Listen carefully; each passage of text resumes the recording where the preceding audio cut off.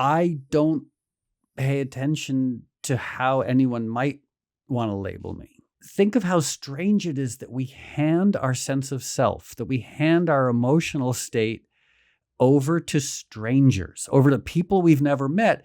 I realized that a while ago, that like I cannot stay sane and calm if I'm constantly being torn apart by the opinions of people I've never actually met.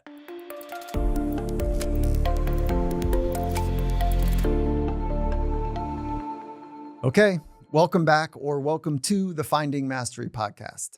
I'm your host, Dr. Michael Gervais, by trade and training a high-performance psychologist. And I'm ecstatic to welcome two incredible guests to the podcast, Moby and Lindsay Hicks. Where do I even begin with a man who only needs one name? Moby has been a prominent figure in the music scene for decades, a punk rocker-turned-electronica artist who sold over 20 million records worldwide. Moby's genre-defying soundscapes have captivated audience around the globe, earning him Grammy nominations, a devoted fan base, and countless of other accolades. But beyond his musical success, Moby is an activist, a filmmaker, and an author. And as you'll hear about in this conversation, his journey in life has been one of profound introspection, self-discovery, a relentless pursuit of personal growth, of making a difference in the lives of others. Lindsay Hicks brings her own unique brilliance to the table. She's a passionate environmentalist and sustainability expert, recognized for her collaboration with Moby to amplify the message of climate change activism.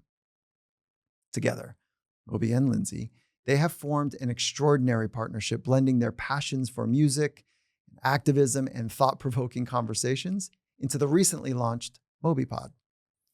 Now, in this conversation, we delve deep into how to navigate pivotal moments and deep challenges in life.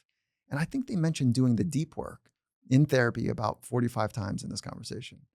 They are beacons for the commitment to self-discovery and the resilience to keep going. We're all creating something in life. And it was a breath of fresh air to experience the authenticity Moby and Lindsay brought to this conversation, to what they are creating. And I can't wait to share their insights.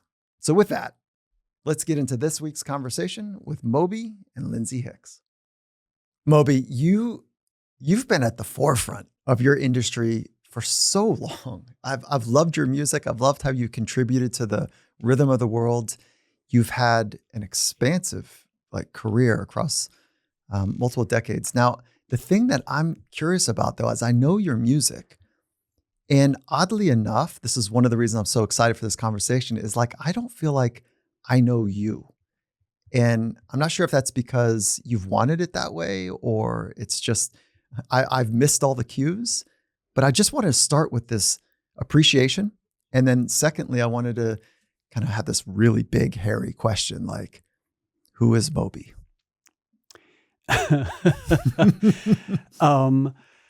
Yeah, I guess. I mean, I'm trying to think about what parts of me might be enigmatic. And I mean, I know myself to the extent that I'm bored of myself most of the time. So the idea of me being sort of mysterious or enigmatic, it's well, I mean, I don't know how enigmatic I was earlier when I was cleaning my downstairs bathroom, but, and that's one thing I learned a long time ago is for a while I had a professional cleaning person, but when I was growing up, I used to clean houses with my mom because I grew up very, very poor. And I was watching this professional cleaner in my house and I was why am I paying someone to do what I actually find kind of rewarding and comforting? So I got rid of my professional cleaner. And since then, one of my forms of meditation is cleaning, and even cleaning the stuff that no one wants to touch, like cleaning toilets. And so I don't know if that in any way is germane to what you're asking, but I grew up very poor and started playing music when I was around 9 years old. And I studied music theory and classical music. But then when I was 13, I discovered punk rock. And I immediately tried to unlearn the music theory that I had learned. And I started hanging out at nightclubs in New York in the late 70s, the early 80s, going to see punk rock bands, but being exposed to burgeoning electronic music and hip hop and dancehall reggae and early house music. And so I just became this strange polyglot where like I loved every genre of music I was exposed to. And I never expected to have a career as a musician. Like I really thought I was going to spend my entire life being a philosophy professor at a community college somewhere in New England, most likely being completely ignored by my students, and then making music in my spare time that no one would listen to. So every single part of my career has been a baffling surprise to me. Oh, that's cool. So, okay, so let me just double click on that for a moment, because some people, most people, when they hear punk, or they're certainly when they're exposed to it at a young age, even it's so intense that there's a reaction to it. So your reaction was to go closer to that intensity, was to go explore that messy edge of punk. And so what is it about your early life that led you to be attracted to that messy edge? You know, it's a wonderful question. I see your years of professional therapy coming through. Yeah, right. And honestly, if I was to look back with some semblance of objectivity, I would say that because I grew up very poor in a very affluent society, I grew up with a lot of fear and a lot of caution, both at home, at school, wherever I was. And when I found punk rock, it threw caution to the wind. Mm-hmm. And it also had an authenticity. And who knows, other music might have as well, but other music felt so, and I still love a lot of different types of music, but punk rock was so, there was a genuineness to it. Like people weren't hiding, they were wearing their shame like a badge of honor. They were wearing their disenfranchisement like a badge of honor, and they were yelling about it. And it stood in such stark contrast to my upbringing of being ashamed, of being afraid. And then all of a sudden, there was this gigantic liberation that came in the form of people screaming about the things that I didn't know you were allowed to express. Yeah, there you go. So were you naturally a rule breaker or rule follower? Early days. Early days, I was just a weirdo. I mean, I loved comfort and structure, but I also really appreciated chaos. Okay. As paradoxical as that might sound, like I loved repetition. I loved schedules. I loved structure. I loved school. Like the only time I ever cut class when I was going to school was to read books in the library. So I was such a nerd, but I was also playing in punk rock bands, or even earlier, like really interested in some things that were pretty destructive. So it was that weird paradox of profound comfort with structure and order and a deep affinity for chaos and destruction. You know what I know it doesn't make any sense to me either, but, because it actually it shows in your music. You know, I think that let's call it authenticity. Use that word. It gets thrown around a lot, but I think you really do appreciate that word. It presents itself in your music. And then, okay, so before we go too much further, because I love this, Lindsay, hello. Yes. Hi. All right. So Lindsay, how did you went from actress to activist. And so can you walk me through, like, let's do the chapters of your life really quickly and how you are now, how the two of you are working together now, but how you've migrated to be an activist. Well, I think I always was a little bit like, I was in acting school in Texas in 2005, and I discovered PETA and went vegan when people didn't know what that was or meant in Texas at all. Wait, Lindsay, this is hilarious. Wait, sorry to interrupt you, but like acting school in Texas, PETA in Texas. So Moby just got done saying he was a weirdo. And like, yeah. That's Yeah, great. absolutely. I was a weirdo. People thought I was crazy, and it was very, very hard for me to eat. I was eating a lot of rice and beans and carrots and hummus. Um, And also, can I throw this in? And maybe I can't mention this, but you were also either bisexual or gay. mhm. So, like, you think of Texas and you don't necessarily think of it as like, oh, I'm interested in exploring bisexuality and possibly being gay, and I'm going to be a vegan and study acting. So let's go to Texas. Like, Okay. Well, I had no choice.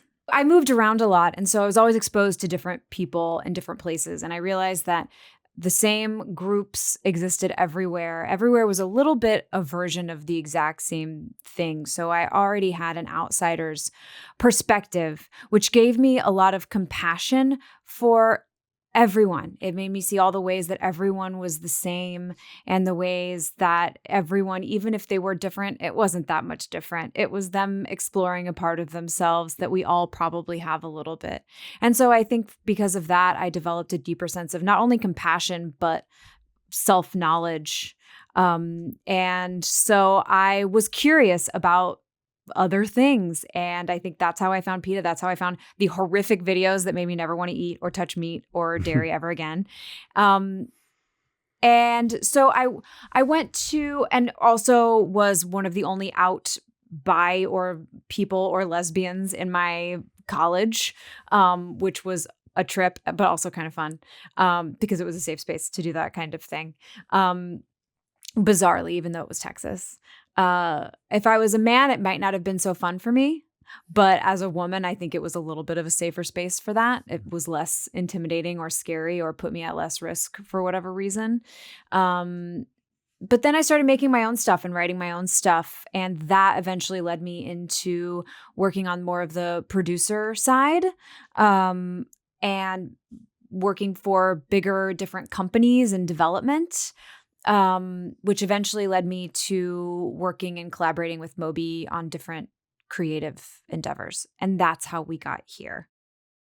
So who was the Lindsay Young versus who is the Lindsay now? I'm curious how you would respond to that. I mean, I would say I've really seen things. I think because I was always compassionate. I always loved animals. I always, had a hard time with the idea of any sort of human or animal suffering. I think I've learned more. I've seen more. I think it's harder to have, wide-eyed open compassion when you see how, or not compassion, but wide-eyed open love for the entire world when you see how horrible people can be, horrible humans can be to each other and to the planet. So I would say I've definitely there's more chinks in the armor than there once were because of just, what I know people can do to each other and to the world around them. So I would say, I have a greater awareness of what's possible in this world, and that has changed me in ways. You still have maintained a suppleness. You don't feel like hardened and angry or pissed off. It feels like there's a contour to the way that you choose your words. Well, Moby always has said this one thing where there's two kinds of crazy. Isn't this what you say? There's angry crazy and there's sad crazy. Or people are either insane or they're sad.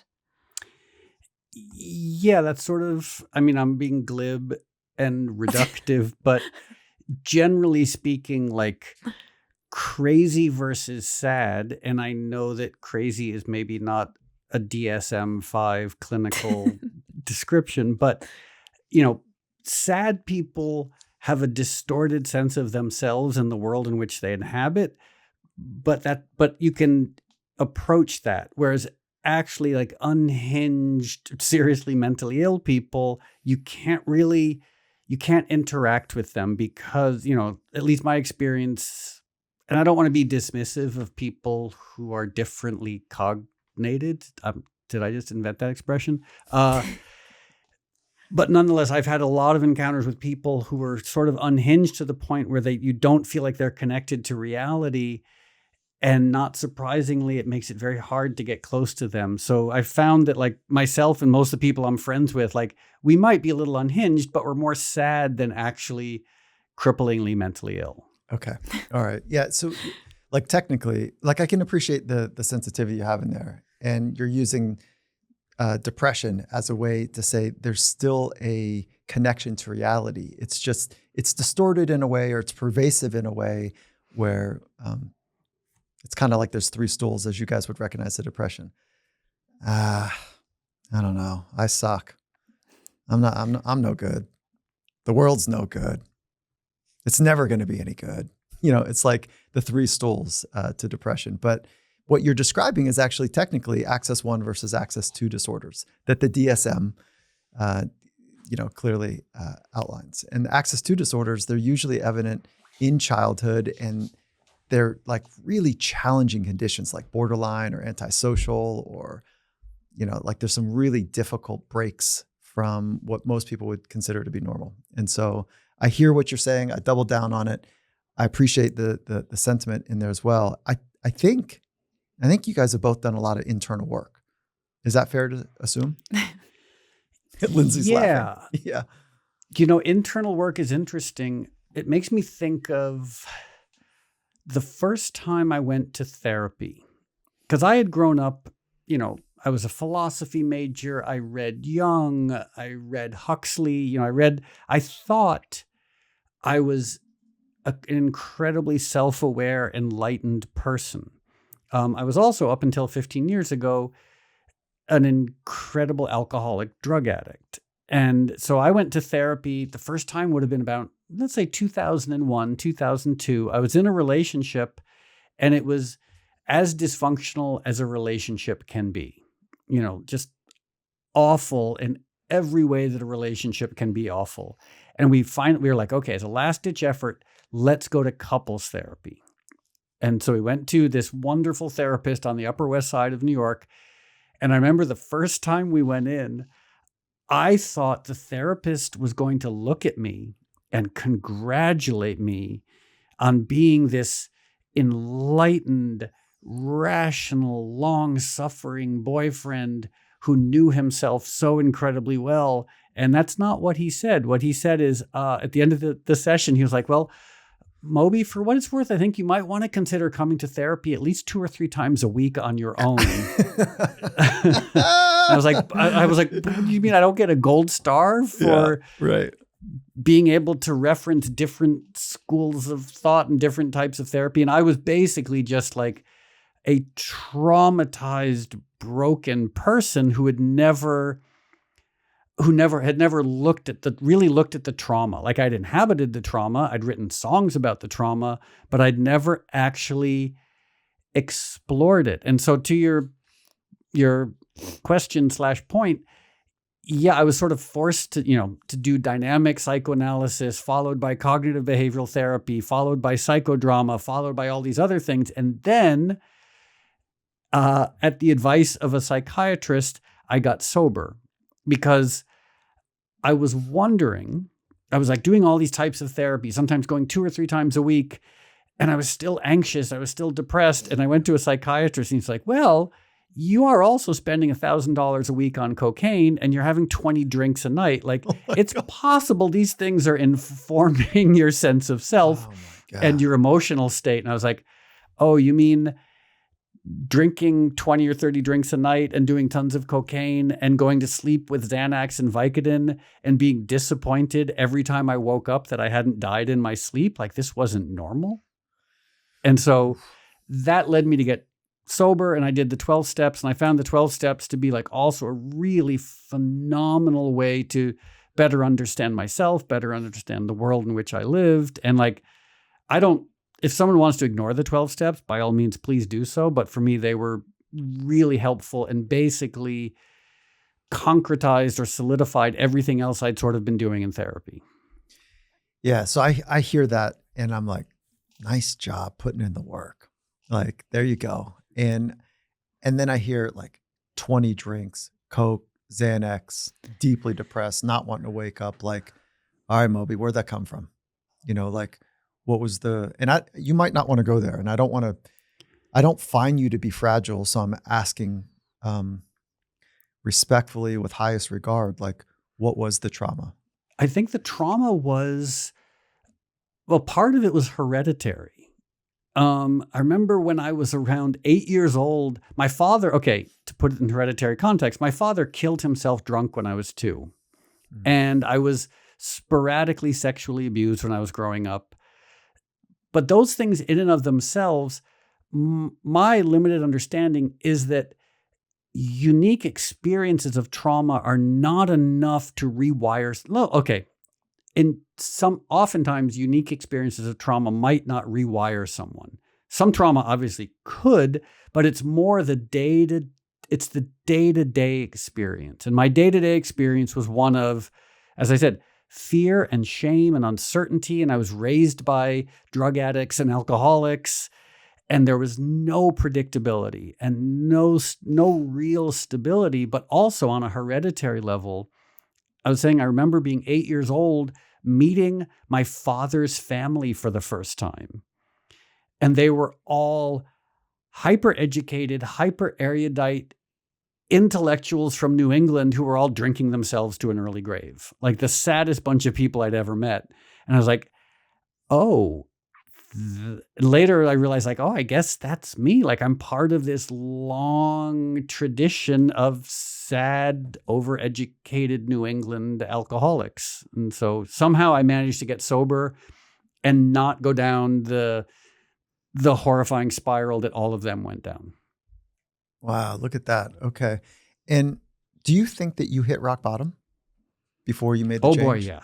You did hit rock bottom. And I would say, yeah, when I sponsor people in AA or other 12-step programs, that's my first question. Like, because I tried to get sober many times. That's right. Everyone's bottom is different. That's the dangerous part, you know? Yeah. And so how bad was your bottom? My actual bottom was long and protracted and bad, but there wasn't one dramatic moment. That's right. Yeah. I remember it was October 8th, 2008.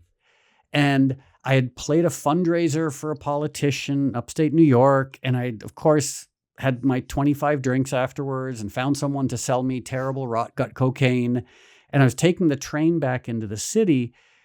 And I couldn't think. I couldn't read. I couldn't look out the windows. I was so hungover and sick. And I realized I'd felt that way every single day for the last 8 years. And all of a sudden I was like, oh, it's not getting better. Like I've tried to strategize my way around this, but it's just simply not getting better. And that was my bottom. And again, like there was no car crash. There was no waking up next to a dead person. There was no waking up covered in blood. It was just simply, as Steven Tyler from Aerosmith said, I just unrelentingly sick and tired of being unrelentingly sick and tired. Yeah, there it is. Lindsay, when you hear this, because you're an edge pusher as well. Like what I just heard was like Moby describing from a place of trauma and pain, pushing right at the edges of what his mind and body, his emotional well-being were capable of. Like you can't continue that for too much longer without like some real consequences. And I'm sure you had some health consequences, of course, Moby. But when you hear that, Lindsay, do you say, oh, I don't relate, or do you relate as well? Here's what I relate to. And it actually is a story that you might remember, Moby, which is I don't know if you remember this, but one day we were like in a car or something, and we were talking about my difficult relationship with my difficult mother and my difficult life growing up. And Moby asked me a question. He said, and how has your relationship with your mother affected you? And I was like, I don't think it has. And it hit me. I was like, no, I don't think it has. And then I was like, has it? I don't know. And then I didn't think about it again. And then maybe it was a few weeks or a few months later, you were like, that was a moment I realized you had a lot of work to do. and you do have a lot of work to do. And I was like, wait, what? And I was like immediately defensive. And then I thought about it and I started going to therapy, and I realized that every toxic behavior, every coping mechanism that wasn't working for me all kind of stemmed from those early moments, those early relationships, her early relationships and things I saw her doing. It all kind of stemmed from that. And how I relate to Moby's story is that I think it's very easy to not understand how much pain you're in, to push forward every single day and not comprehend that what you're doing isn't working for you. And to think, I'm waking up every morning, I'm getting my stuff done, I'm paying my bills usually, I have friends, I must be fine. And eventually things start to catch up with you and you realize, wait, not only is this not working for me, this is actually maybe killing me a little bit. So therapy helped you, obviously in a lot of ways, but it helped to reveal where some of the stuff was coming from and how it was showing up. I think my question here is, what was your work that you did from that place?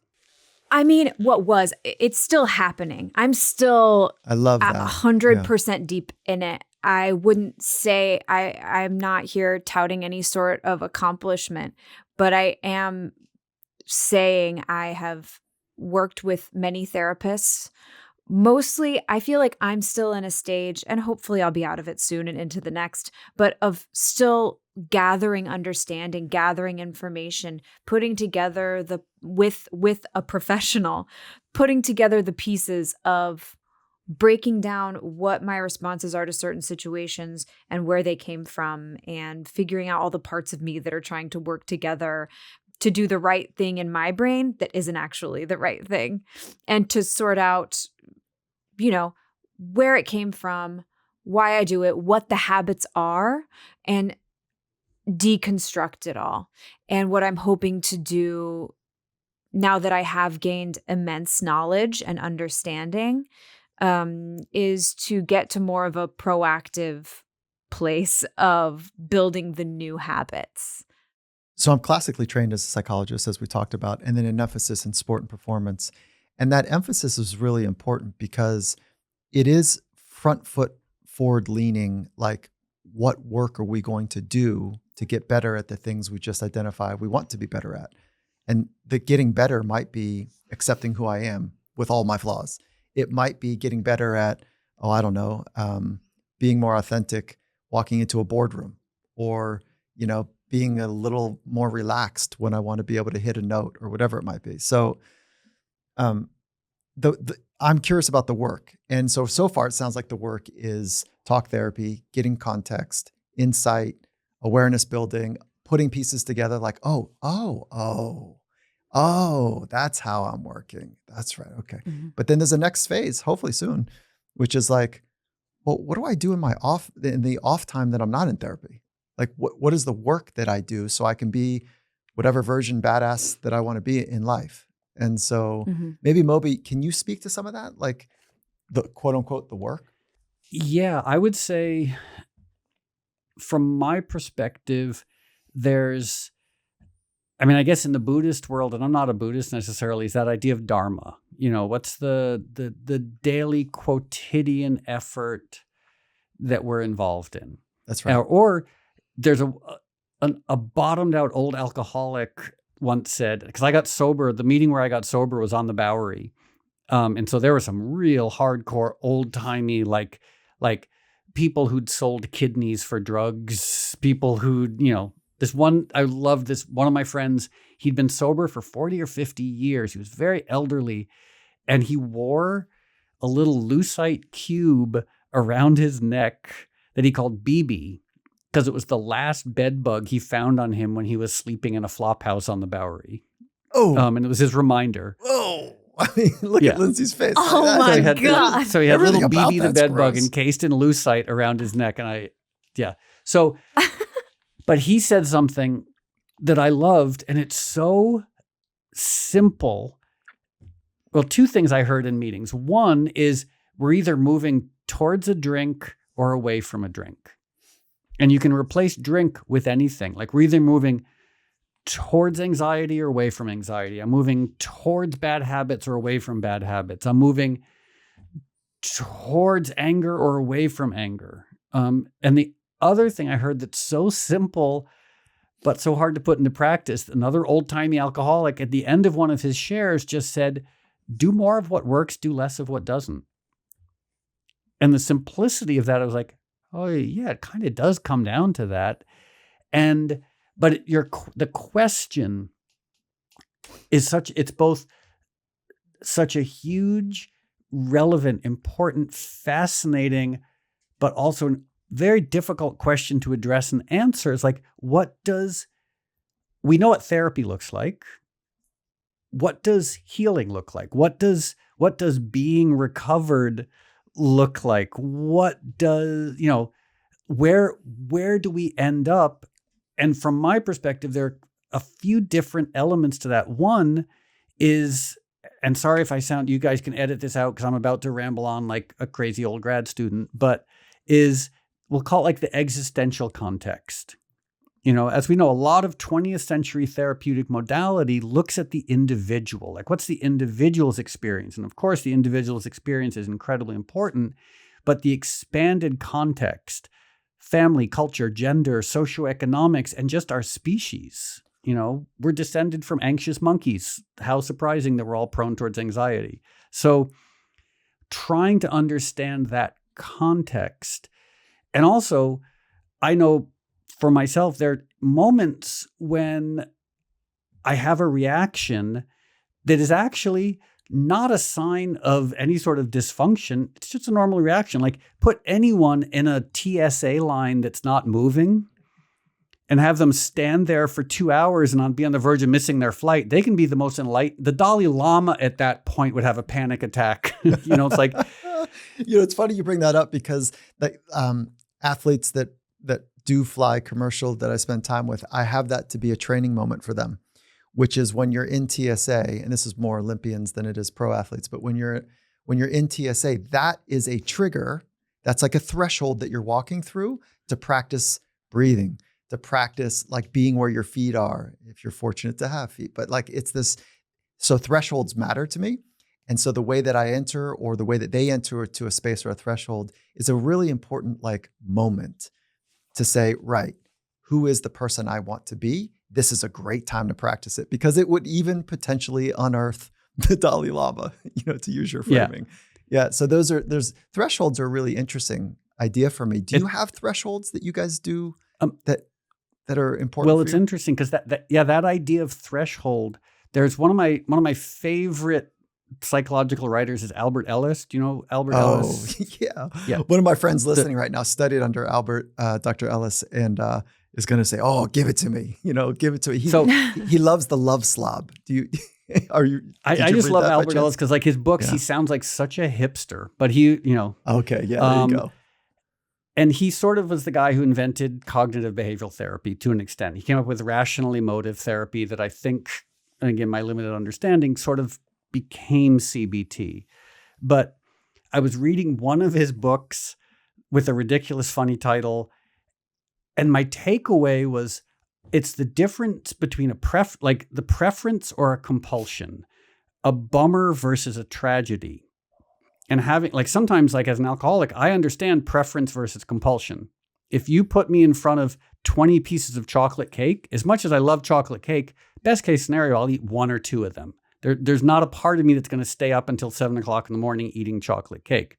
Put me in front of 20 drinks, they will disappear as fast as I can put them in my mouth. Yeah. Preference versus compulsion. That's great. And then the other side of bummer versus catastrophe is, and Albert Ellis would say, everything's a bummer. Guess what? You're human. Life is a bummer. Accept it. Even you've lost a foot, you've lost a leg. Yeah, it's a bummer. You'll get over it. Even going back to Viktor Frankl, this idea of you put it in context and you choose insofar as you can your response, because I know there are things that are huge triggers for me. And I sometimes have to remind myself, just like the athletes you work with, you don't go into a high performance game without rehearsing and being prepared. So if I'm going to LAX and I know I'm going to be in stupid TSA for 90 minutes, prepare yourself. Like, don't walk in and be surprised. Like, you know what you're entering into, and I know I'm going to have a reaction. So maybe that means listen to ambient music. Maybe that means practice breathing. Maybe it means prayer. Maybe it means whatever, as opposed to being blindsided by stimuli that I know is going to affect me badly. And I love that you bring in Viktor Frankl. You know, he's often attributed that really deep insight that there's a space between stimulus and response, but we can't actually find that he said it or not. But to play along. Isn't it in Man? I think it's in Man's Search for Meaning, or at least it's attributed to him in Man's Search for Meaning. That's right. And I've read it a bunch. I can't find it. So maybe somebody, maybe I'm just like mind blind on the paragraph or page that it's on. But that being said, stimulus response, that idea that there's a space between, and our job is to widen that space or create as much space as we can so that we're not constantly caught off guard with reckless or uninformed responses that are more aligned with our core virtues or our principles. So the idea about that, you're like, listen, one is too many, 1,000 is not enough. That adage that you often hear from AA or whatever anonymous club that you're part of. It's the meditation. Just do this arc really quickly. There's 3 S's that have been attributed to meditation: stillness, silence, and space. And as a practice, so Lindsay, that could be like work, and maybe you are doing that work. I don't know.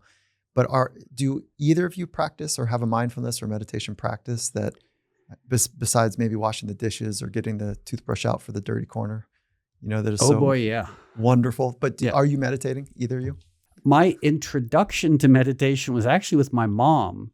My mom was, we'll call her a seeker. She was, a very confused suburban woman who was a painter. She was sort of a hippie, but she had an office job, and she loved the Tao Te Ching, and she loved the I Ching, and she loved Krishnamurti. And so she was, and tarot cards. And so she kind of got me interested in all these different things. And I thought they were all interesting. But when I remember being, 7 or 8 years old, throwing the I Ching or using tarot cards. And I thought it was fun, but I didn't get anything from it.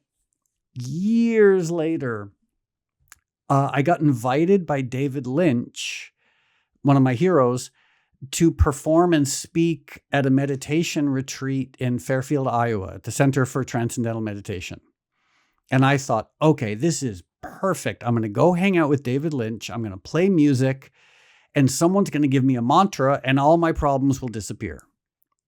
And of course, I ended up going out and smoking crystal meth and drinking GHB and taking ecstasy and having about 30 drinks and taking a bunch of Xanax. So I don't know how much enlightenment I achieved in Fairfield, Iowa, but that was my introduction to meditation. And then I tried a bunch of different types of meditation. I didn't want to just be siloed and pick one thing. So I tried metta meditation, vipassana, different Native American traditions, some sort of Thomas Merton-inspired Christian traditions. I kind of tried everything.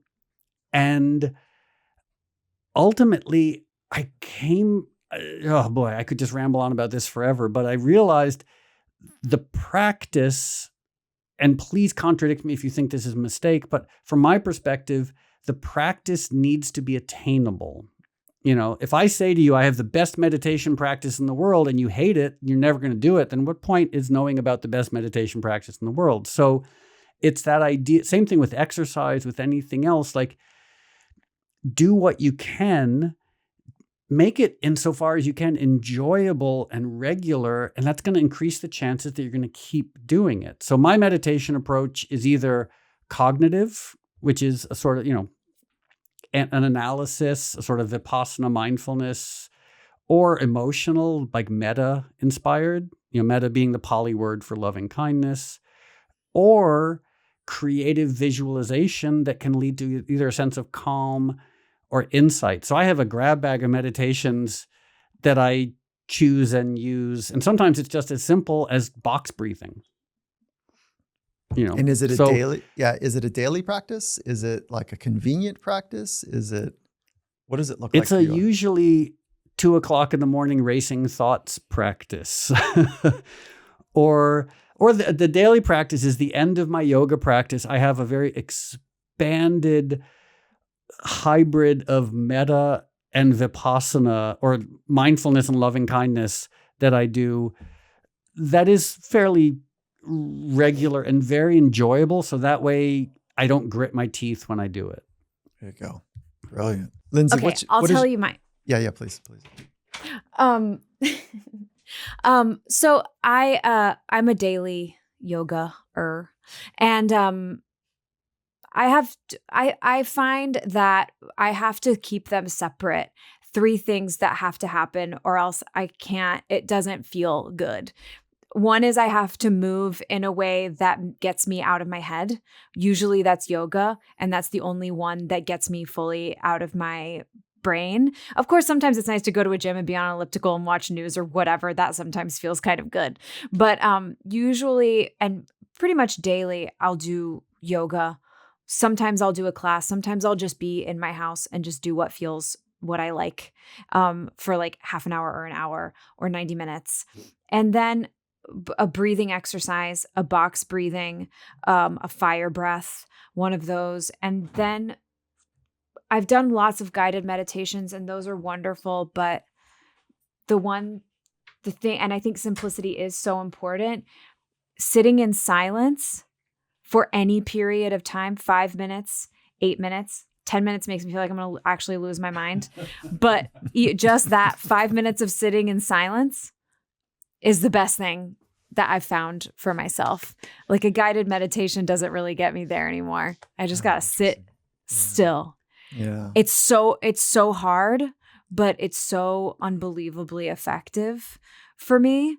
I also, that's all kind of part of it. It's part of the yogic practice. Breathing is separate, meditation is separate. And this brings me back to like the threshold idea, is the concept in yoga of non-attachment, non-aversion has been a real game changer for me, because it wasn't until I started going deeper into that I realized how core my attachments and aversions were, and how powerful they were inside of me, and how, like being in the TSA line, my attachment is, if I miss this plane, I'm not going to get to where I need to go, and it'll kill me. Or I will have such deep shame for being a person that misses their flight that I'll never forgive myself, and it'll kill me.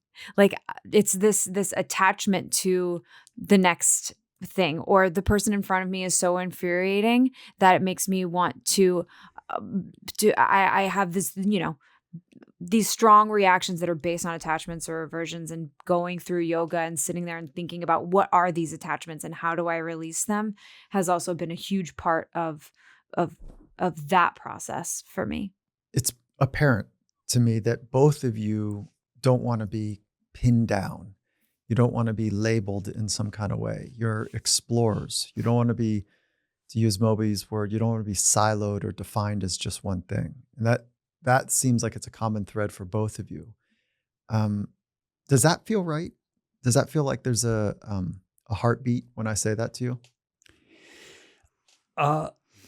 Yes, it seems very accurate, but I also, because I've been, sort of living in the public eye for quite a long time now. And so I don't pay attention to how anyone might want to label me. I stopped reading social media comments. I stopped reading reviews. I stopped watching interviews with myself a long time ago, because the simple illogic of it finally struck me.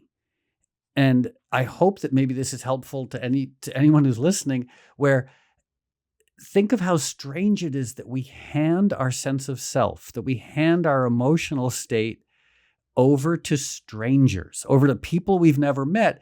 And people who might just be bots in Macedonian cube farms. Like, I've had friends of mine have Twitter arguments with people they later found out were bots.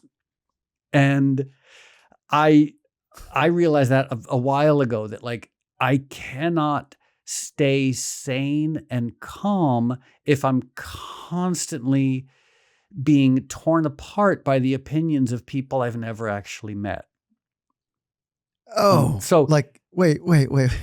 You're not going to know this, but I just submitted my accepted manuscript to HBR for a new book is coming out November 7th, which is, it's on FOPO, Fear of People's Opinions. And I'm calling it The Great Constrictor of One's Potential. The book title is called The First Rule of Mastery. But what you just described is a thing that I struggled when I was a young kid. And I see it over and over and over again for people who have had public success, is that there's still this nagging experience that like, even though they've had all this wild success, they're still tuning to the masses to see if they're okay. And it's a really dangerous tuning fork. And so everything you just said, I'm like nodding my head that I've lived it. I've seen it over and over again. And I think the thing I'm most curious about is like, how did you, like, let's do the foot in the door approach, just the beginning step to make the change, to downgrade the noise and to stay connected to the signal. What was the beginnings of the actions you took there? Well, for me, it was the first time I was written about in a magazine, which was actually probably 1990. And then I saw myself on the cover of a magazine. And early days as a musician, I was an underground, unknown entity, so I got only good press. And I was like, oh my God, this is validation. This is love. This is like people know me. That means I have meaning. They care about me. They're being nice to me. I have friends I've never met. And so I spent the next, 15 years obsessing over what people said about me, because for a minute it was really good. I mean, it sounds like I'm also describing alcohol and drugs. Like in the beginning, how great, this is the answer to all my problems. And then slowly over time, you realize it's destroying you.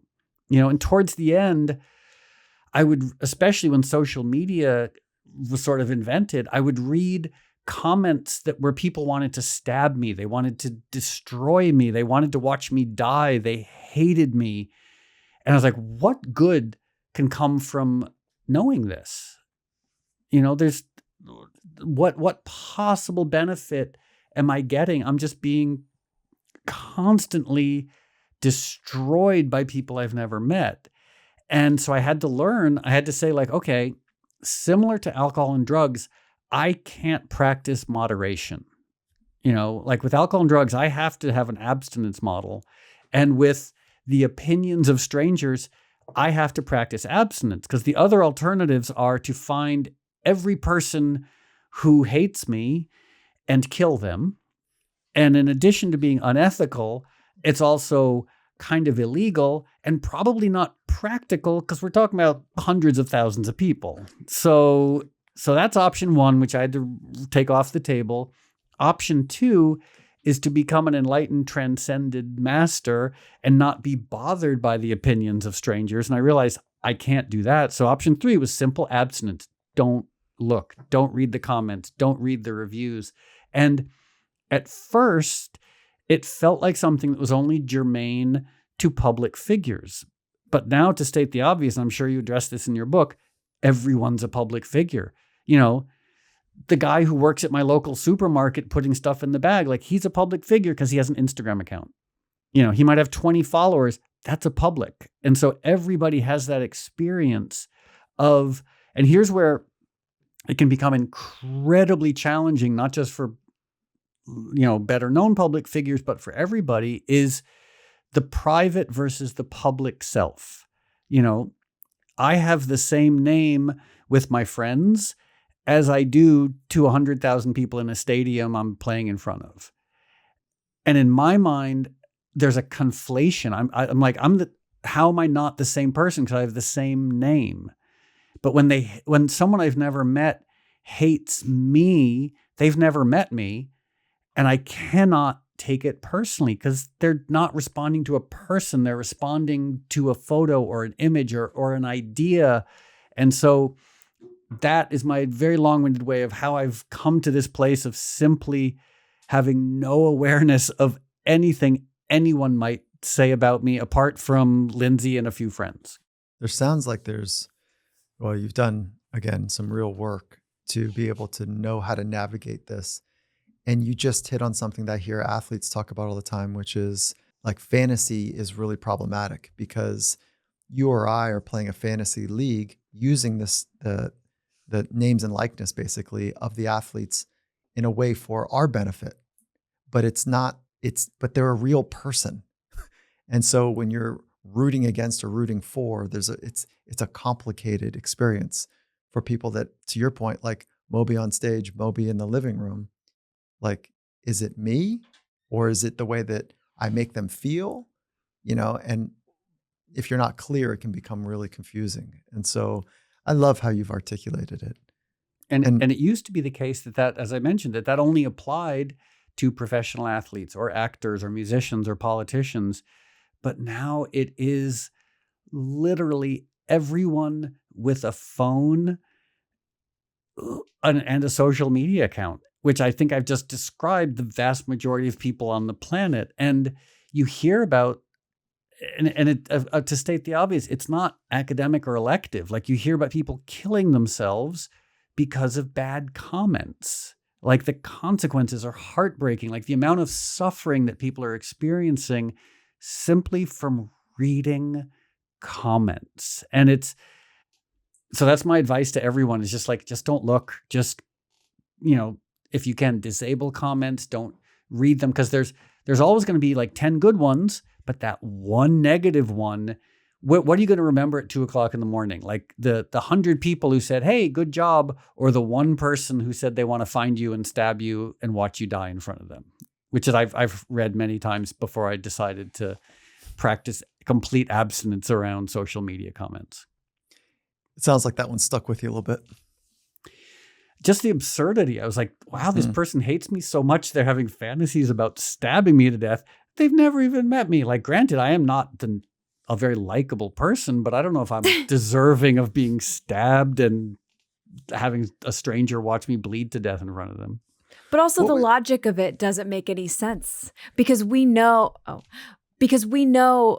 that anything anyone says that's a judgment like that, especially if it's on social media, has everything to do with them and nothing to do with us. But it's so hard to understand that when something gets through the armor to logic your way back out of it. So abstinence, I think, is the best thing.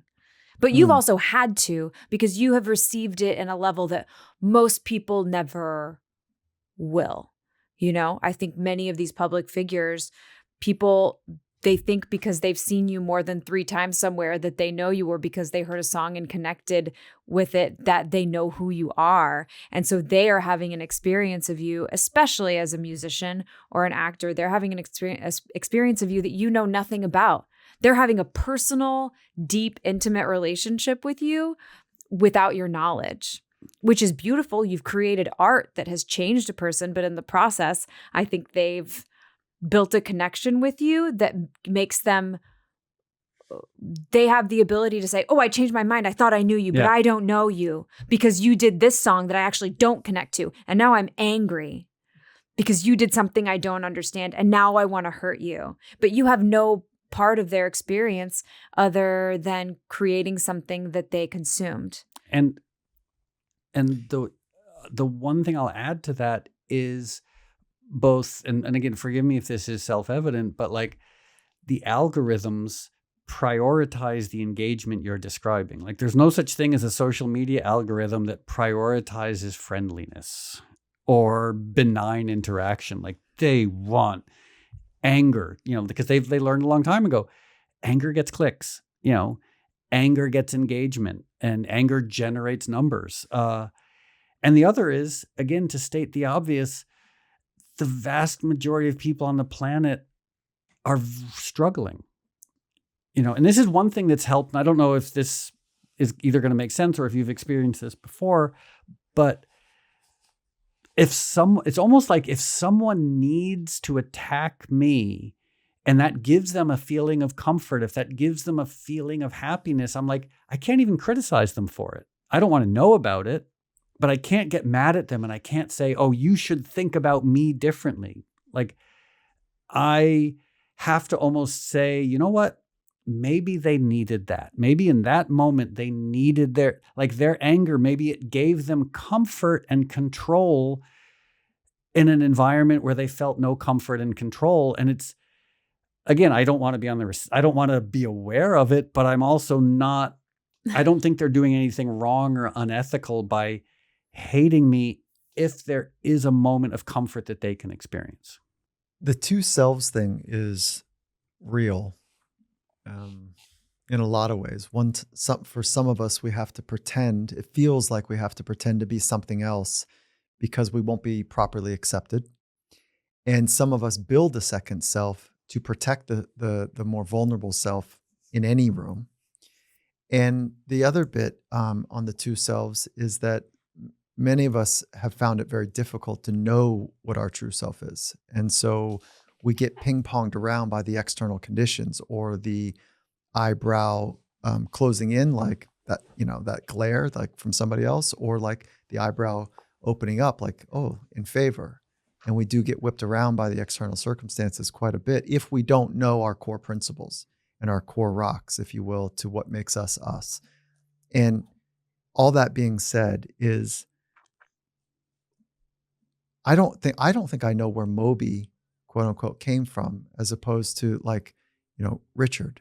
And I don't even know if it's taboo to even ask you this question, but like, right? Like, so help me understand the difference between Richard and Moby. Okay. So my parents decided before I was born that my full name was going to be Richard Melville Hall if I was a boy. And lo and behold, I was a boy. So I was born in Harlem in 1965.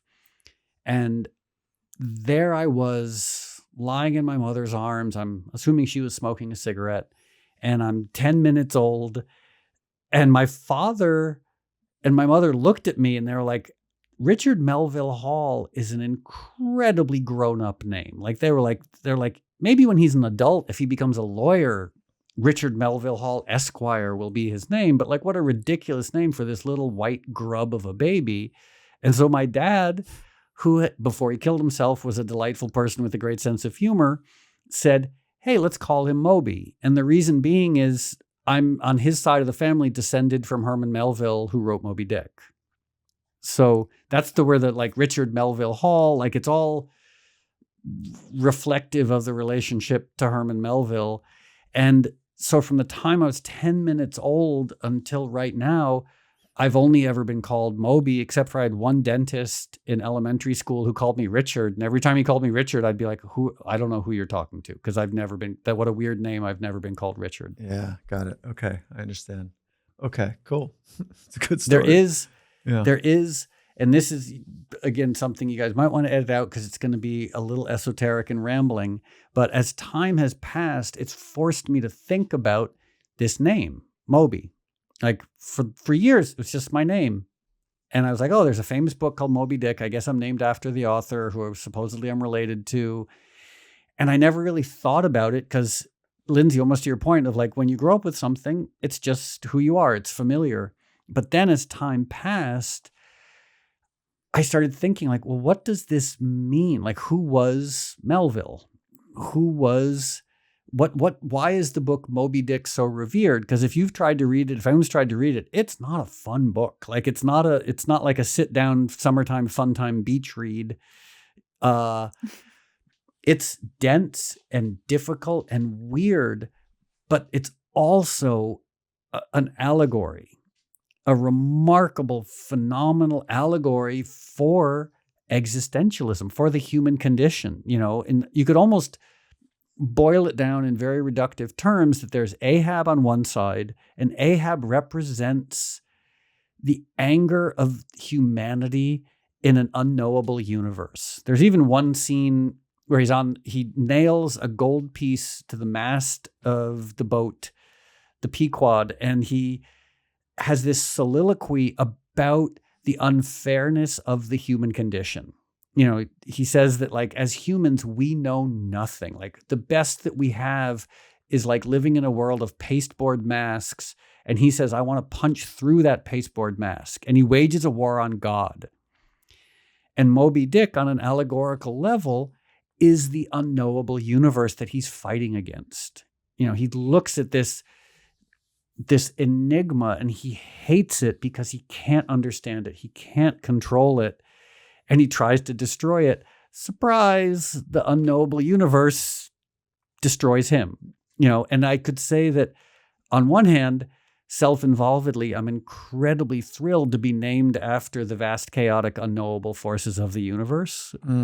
But also the allegory for our current culture is like, the more we fight against nature, the more we're just going to destroy ourselves. Like we're currently culturally and as a species, we're all becoming Ahab. Like, whether it's climate change, pandemics, antibiotic resistance, water use, desertification, et cetera, like we're waging a war on nature. And it's sort of like going to Las Vegas. Like the house always wins. Like nature is going to win. It might be time for our species, I say presumptuously, but also empirically, to stop fighting an unbeatable foe. Futile. It's a futile effort. Yeah. Yeah. Very you can't fight a 3.5 billion year old planet and expect to win. Yeah. It's, we are social beings masquerading as individual contributors,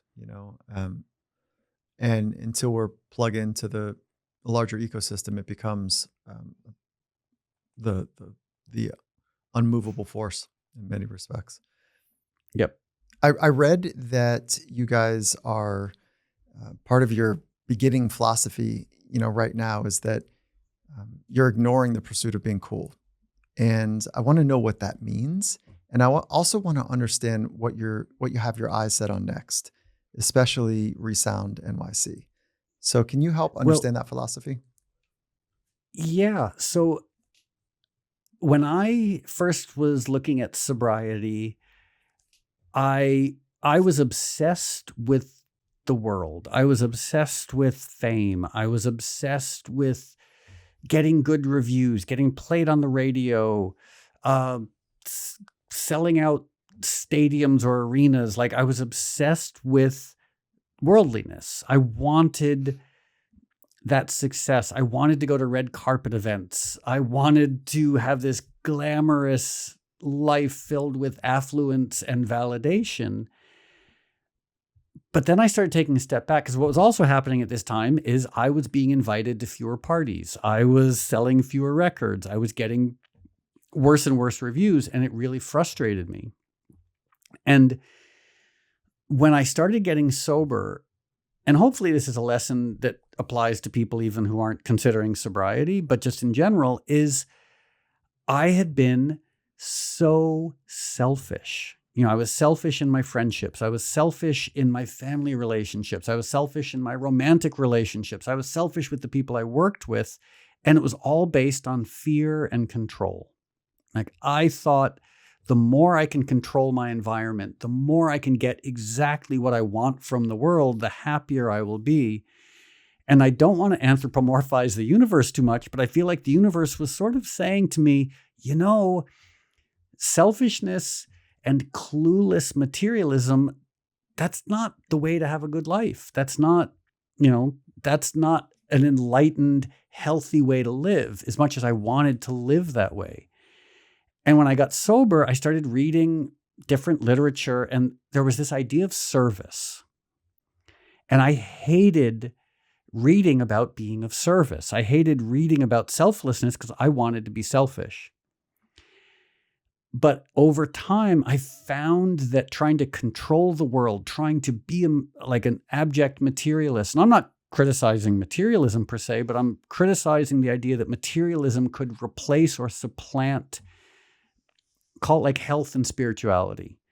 And so I found myself focusing more on, nature, on spirituality, on service, and on creativity as its own end. Like not creativity to have market share, not creativity as something you can monetize, but creativity as as just like a remarkable spiritual practice.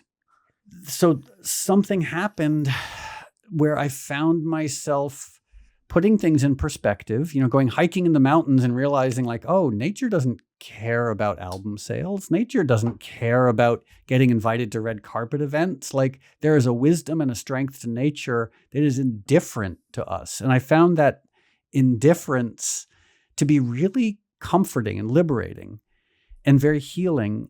And my focus just became like, okay, selfishness, and look at the culture in which we live. And I'm sorry to ramble on so much, but I'm going to state the obvious. Like, if selfishness made people happy, Donald Trump would be the happiest person on the planet. If being a selfish materialist made people happy, Kanye and Elon and Donald Trump and Putin and Erdogan would be jumping up and down with joy. And they seem like the most miserable human beings on the planet.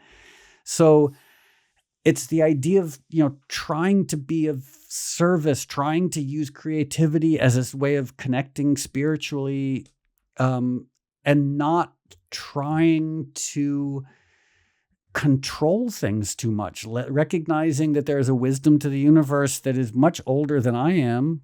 And the more I try and control it, the more I fail. So sorry, I know I definitely rambled on way too much, and now when I make music, it's like just the love of making music, the joy of making music, and the hope that when music goes out into the world, it can provide a sense of happiness or comfort or connection with someone. Do you, to live the good life, and this is for both of you guys, to live the good life, what are some of the essential practices that you would say have benefited you the most? And it could be anything from great sleep to reading A, B, and C book to meditation, wherever you want to take it. But to live the good life, what are some of the essential practices? Okay, Interesting. you go, and then I'm gonna, because I love this question so much. You do? Okay, I'm finding it to be challenging. I guess like what kind of life I think would be good and what would make my life better. What works, what doesn't? Here's what works. Here's when I feel good. And I want to do more of this as my life expands and evolves and moves forward, is every time I find myself being of service, I feel so good. And I don't always do it. It's very easy, especially in our world now, today, to be selfish and to focus inward and to hole up in my little apartment with my dog and snacks and watch shows on the TV. That feels so good. To be fair, dogs and snacks and TV sounds great. But when I can go out of my way and be of service, even the thought of going to work at the food bank in a few weeks, knowing that that is something I'm going to do, fills me with so much joy. Working with my boyfriend's daughter on an audition and just giving her that time and feeling like I'm actually able to help her, to, have people on our podcast whose ideology I believe with, and know that I get to be a part of putting that out into the universe. It's all an act of service. So when I'm in a state of service is when I thrive and when I feel the best. And so as my life moves forward, I want to incorporate every single form of being of service that I possibly can. But part of that is also finding better ways to fill my own cup, finding better ways to be full and to show up fully for this kind of, hopefully, a life of service that I can create for myself. Very cool. Okay, my turn. I agree with everything you said. While you were talking, I was thinking of Maslow's hierarchy of needs. And I almost feel like that's, in a way, is it? Now I'm thinking about it a little bit more.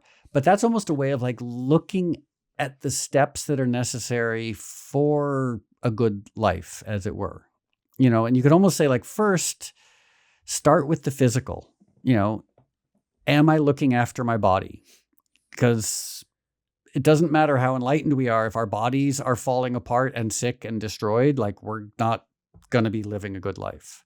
So I would say looking after our bodies, exercise, eating well, avoiding processed garbage foods, spending time in nature, and then moving up to community, because we are a bunch of social monkeys, and we do need, we had Dan Buettner, who sort of came up with the idea of the blue zones on our podcast, and he stresses this idea of community as well. Like, we live in community. We need our friends, our support. Even if we get frustrated with them, we still need that sense of community. But then ultimately, at the tippity top of Maslow's hierarchy of needs is spirituality and service. The connection with something greater than us, and it's a very tricky one, because I'm 57, I'm getting older, and I'm starting to confront in myself and other friends and family members, like, realizing, like, oh, life is finite. Like not one biological thing has ever existed that hasn't died. And trying to both have compassion for myself and for other people struggling with mortality, but also recognizing the fascinating beauty, as strange as that might sound, in this system. This system of, like, we're alive and we die and we're recycled. Like, we go back into this planet, into this universe, and we become other things. We're recycled in the most literal way. And I think there's something so beautiful about that. And of course, I like being alive. I like watching 30 Rock, and I like making soup, and I like drinking coffee, and I like doing, playing with Bagel the dog. But the recognition, like, it ends, and it ends for everyone. So the result of that is try to be compassionate with yourself as you're struggling, try to be compassionate with myself as I'm struggling, and try to be compassionate for every other human on the planet and every animal on the planet, because they're all attached to life with the understanding that life doesn't last. So hopefully that's not a morbid way to end, but I find a great comfort in that, knowing that life will end and I will be recycled. And hopefully while I'm here, I can do some good and move the needle away from the current system that is causing so much suffering. Really cool. And to hang in the morbidity idea just a little bit longer, is that one of the things that I do when I say goodbye to people, and my friends know this, is that I'm saying goodbye, and I just have a moment with myself, which is like, this might be the last time that I see you. And so it's a constant reminder that there will be that time for everybody I know, that there's a last time. And so it's the reminder is to stay as present as I possibly can. And that's why I do all the internal work, to have the faculty to be connected to the people and the projects and the ideas that are in my present, gaze, if you will. Because when we're not present, we're missing so much. And that being said, what are the projects? Before we wrap up, what are the projects that we can drive people to pay attention to what you're doing now? Where are the right places to bring their attention? So Lindsay, there's Lindsay. Hi, Lindsay. Hi. Well, kind of. we have a podcast called Moby Pod, and it is a way for us to talk to. In fact, we'd love to at some point maybe like do a little quid pro quo and have you on our podcast. But it's a way for us to just talk to each other, to talk to other people, because as you know better than anyone, there's something to be said for a structured conversation. I realize if I hang out with my friends, it doesn't matter how smart they are, we're just going to talk about ridiculous stuff. Whereas with the moment you have a podcast, people are like thoughtful and introspective, and we listen. The remarkable thing about a podcast is when someone's speaking, everyone else sits and listens. And it's almost separate from the idea of an audience or monetization, both of which are nice things, but just there's something I find, and I'm going to sound really silly here for a second, there's something sacred about the type of conversations that you have in a podcast interview. I agree. It's probably why Yeah. so many people love them. But I find it to be this really special, almost spiritual space where you get to know people in such a special way. It's beautiful. It's focused. There are no distractions. You can go deep. You can take a sidebar about as far as a sidebar can go and still manage to come back to the point. It's been a really gratifying medium for us to go into. And so that's been something that we've been working on, and we're putting out new episodes every other week.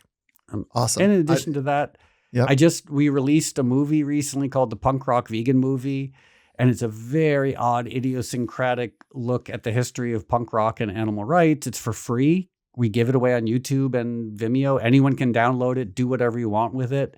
And as you mentioned, I just put out a second orchestral greatest hits called Resound NYC. We make tons of music videos. We do films for other people. We help other people produce their films, working on our own stuff. So as narcissistic and self-involved as I am, I don't want to run through the long laundry list of things that we're doing, because it is a long laundry list of things that we're doing. Yeah, you guys both are making a contribution to your communities. Moby, you've been at the music art thing for a long time. I want to say thank you guys for your time. I'd be honored to come on your podcast. And Nice. I love what you're trying to do and how you're positioned your philosophy to be expressed in the world. So, and before we really go, I'd love a little quick hit where I ask you just a question, and as a reductionist here, a reductionist approach, just 1 or 2 word answers from each of you.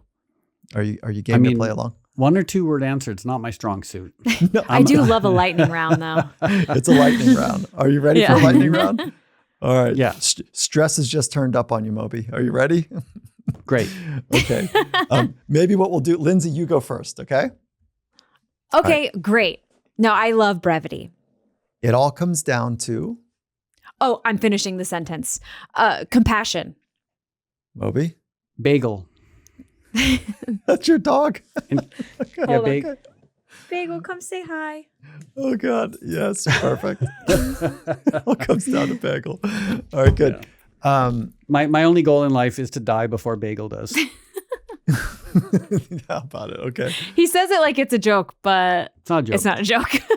Look at that little one. Cool. Yeah, All she's right. very sweet. Pressure comes from... Fear. Heredity. I am... Worried. I am bald. Oh my God, you guys are clowns. It's too funny. Okay. Oh God. I don't know how, should we keep torturing ourselves here? Last one. Ready? Last one.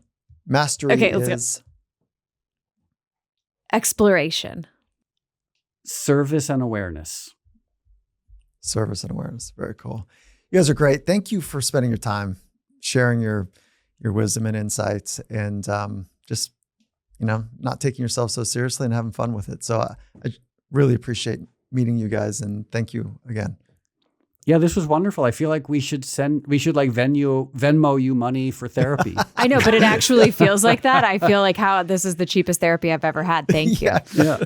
That's awesome. Wait, I got to remember that. This is the cheapest therapy I've ever had. That's really good. All Cheapest right, but most valuable. Yes, yeah, there yes. you go. No, very valuable. All right. Okay, thanks so we'll leave again. this on. Take care. Bye. Bye-bye. Thank you so much. Bye-bye.